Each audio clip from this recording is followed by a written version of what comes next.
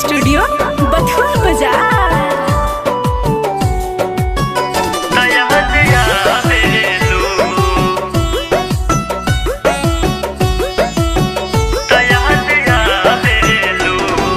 अभियो तू काहे सतावेलू, बोला अभियो तू काहे सतावेलू। जब सोते जाई त याद आवेलू, जब सोते जाई त याद आवेलू। हमके अभियो बुझाल हक जतावेलू, हमके अभियो बुझाल हक जतावेलू। जब सोते जाई त याद आवेलू, जब सोते जाई त याद आवेलू। जब सोते जाई त याद आवेलू।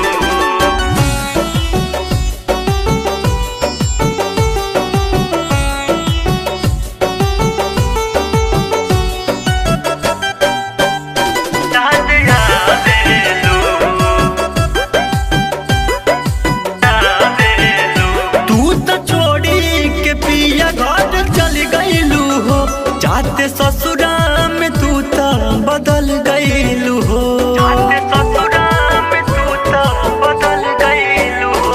तू तो छोड़ी के पिया घर चल गईलू हो, जाते ससुरा में तू तो बदल गईलू हो।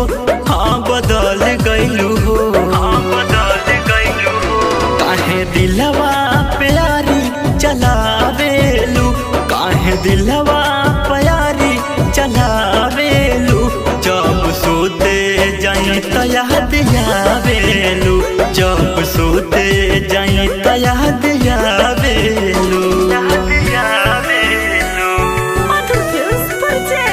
जब सोते जाई त याद आवेलू,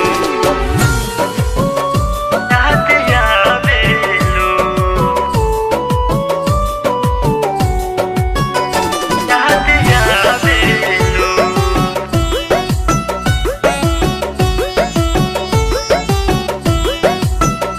दिल देती न तोहके न मिलित सजा, तू तलेत हो कबू अपना पिया संग मजा। दिल देती न तोहके न मिलित सजा, तू तलेत हो कबू अपना पिया संग मजा। ओ पिया संग मजा, काहे नैतिक के इतना डहकावेलू, काहे श्याम के इतना डहकावेलू। जब सोते जाई त याद आवेलू, जब सोते जाई त याद आवेलू। हमके अभियो बुझाल हक जतावेलू, हमके अभियो बुझाल हक जतावेलू। जब सोते जाई त याद आवेलू, जब सोते जाई त याद आवेलू।